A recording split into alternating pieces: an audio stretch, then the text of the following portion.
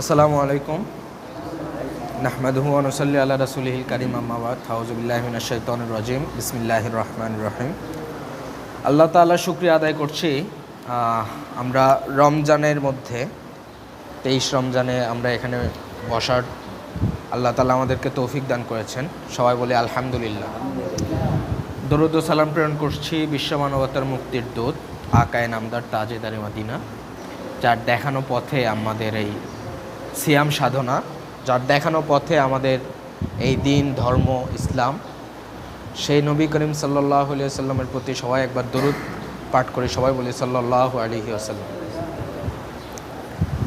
আজকে আমি পবিত্র কুরআনুল কারীম থেকে পবিত্র কুরআনুল কারীমের সূরা আল ফজর থেকে কিছুক্ষণ কথা বলবো। সূরা আল ফজর হচ্ছে মক্কায় অবতীর্ণ একটা সূরা, অর্থাৎ এই সময় মক্কায় মুসলমানদের অবস্থান কি ছিল না, ভালো ছিল না। এই সময় মহান আল্লাহ তাআলা সূরা আল ফজর নাজিল করেছেন। আল্লাহ তাআলা সূরা আল ফজরের শুরুর আয়াতে আল্লাহ তাআলা বলতেছেন ওয়াল ফজর, অর্থাৎ আল্লাহ তাআলা কসম করতেছেন। আল ফজর, আল্লাহ তাআলা কিসের কসম করতেছেন? আল্লাহ তাআলা সকালবেলার কসম করতেছেন।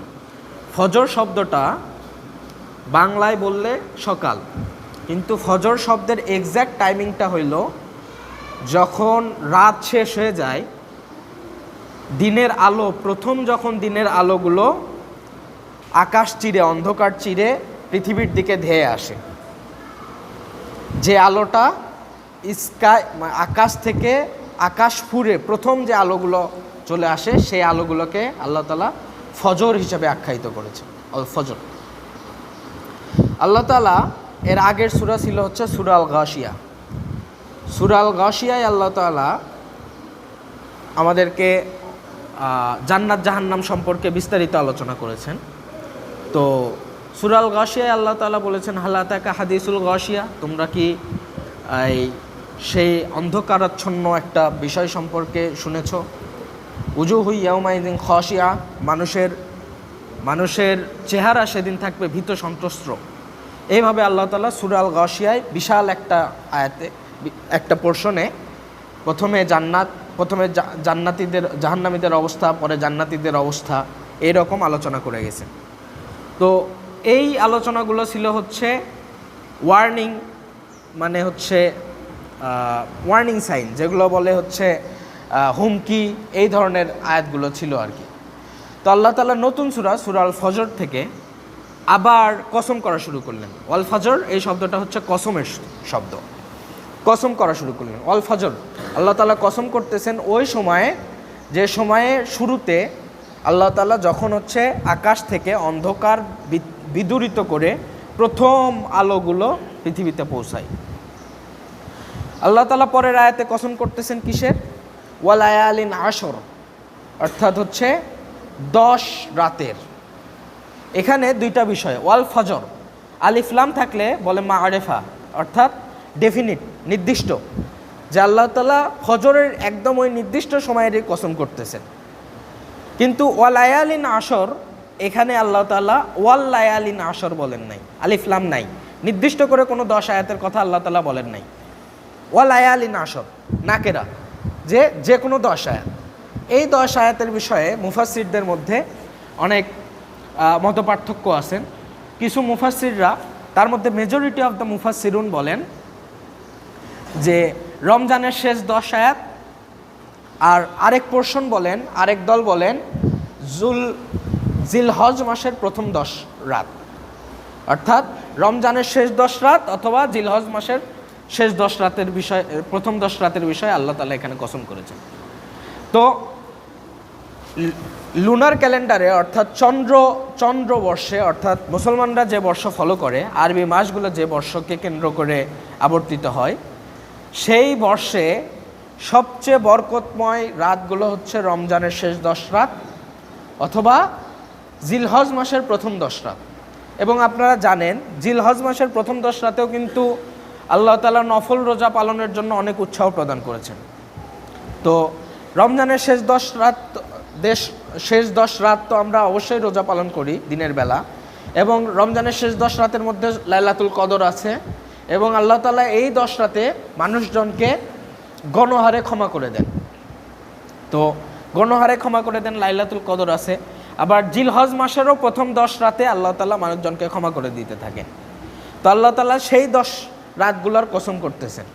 আর যেহেতু লায়ালিন আশর এখানে হচ্ছে ইনডিফিনিট আর্টিকেল, অর্থাৎ কোনো নির্দিষ্ট কোনো 10 রাত আল্লাহ তাআলা নিজে থেকে বলেন নাই। তো এই 10 রাতের বিষয়ে অনেক মুফাসসিরুনরা এইরকমও বলে থাকেন যে সকল মাসের প্রথম 10 রাত এবং শেষ 10 রাত, এই 10 রাতের মধ্যে চাঁদের যে পার্থক্য, সেই পার্থক্যটা খুব ভালো মতো বোঝা যায়। প্রথম 10 রাতেও চাঁদ খুব ভালোভাবে বোঝা যায় যে চাঁদ বড় হচ্ছে, শেষ 10 রাতেও বোঝা যায় চাঁদ ছোট হচ্ছে। কিন্তু মাঝখানের এই 10 দিনের সময়টা খুব ভালো মতো অত ভালো বোঝা যায় না, একটা নির্দিষ্ট খুব ভালো ক্লিয়ারলি বোঝা যায় না। তো এই আয়াতগুলোর এই কসমটা আল্লাহ তাআলা করলেন ওয়াল ফজর, অর্থাৎ শুভ সাদিকের কসম, ওয়া লায়ালিন আশর, শেষ 10 রাতের কসম। তারপরের আয়াতে আল্লাহ তাআলা বলতেছেন ওয়াশ-শাফঈ ওয়াল ওয়াতর, আল্লাহ তাআলা জোর এবং বিজোরের কসম করতেছেন, ওয়ার্ড অ্যান্ড ইভেন, যে জোর এবং বিজোরের কসম আল্লাহ তাআলা করতেছেন। জোর এবং বিজোরের কসম কেন এখানে আসলো?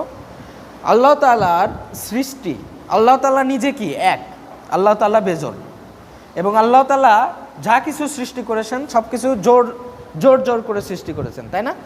মানুষ সৃষ্টি করেছেন পুরুষ এবং স্ত্রী, এবং সকল প্রজাতি আল্লাহ তাআলার এই পৃথিবীতে সকল প্রজাতি কী হিসাবে সৃষ্টি করেছেন?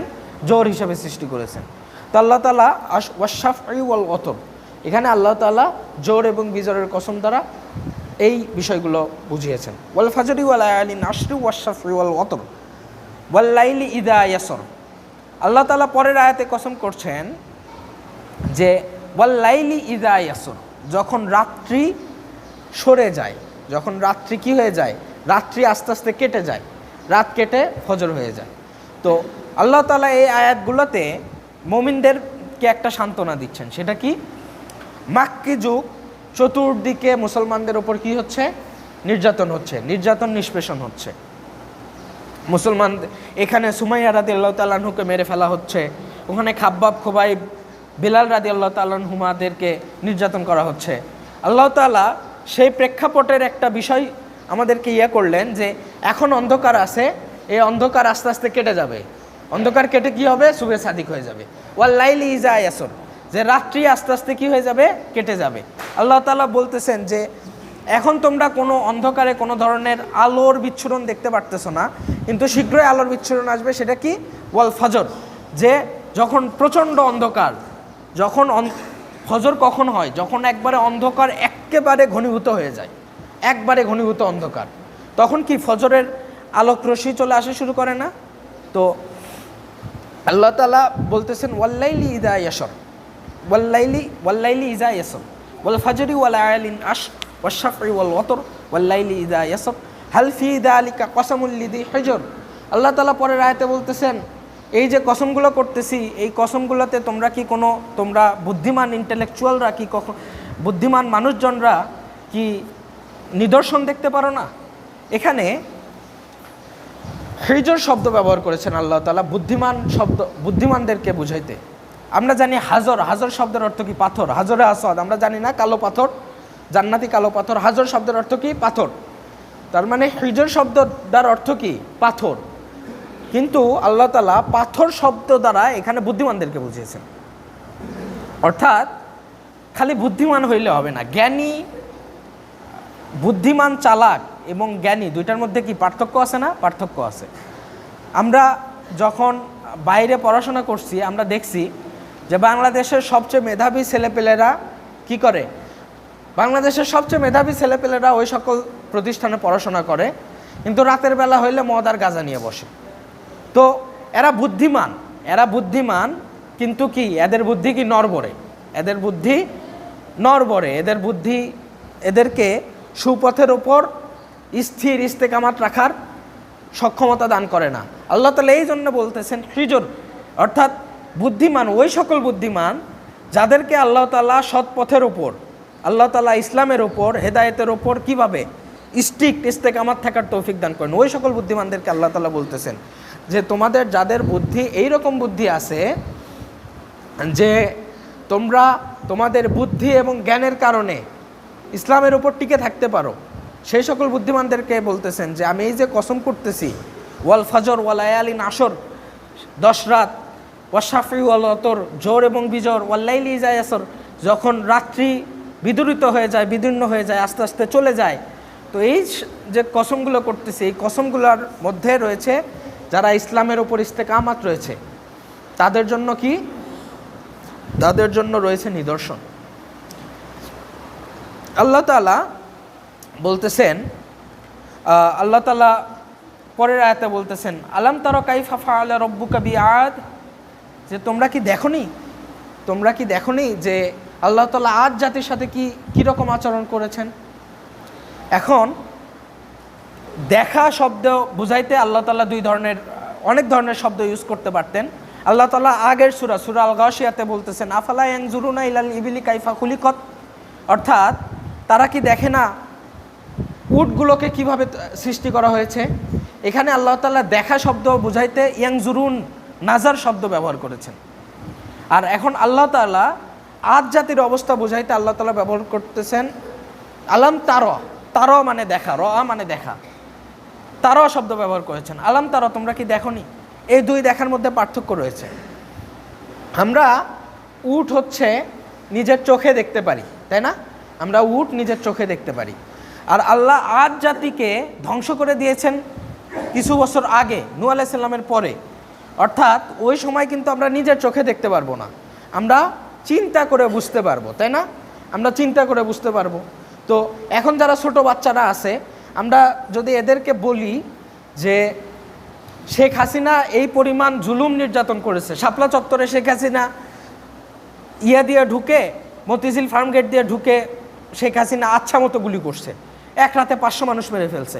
সাইদি নিজামী মুজাহিদের রায় হওয়ার পর এক রাতে গুলি করে, সাইদি সাহেবের রায় হওয়ার পর এক রাতে গুলি করে 2 রাতের মধ্যে 200 মানুষ মেরে ফেলেছেন।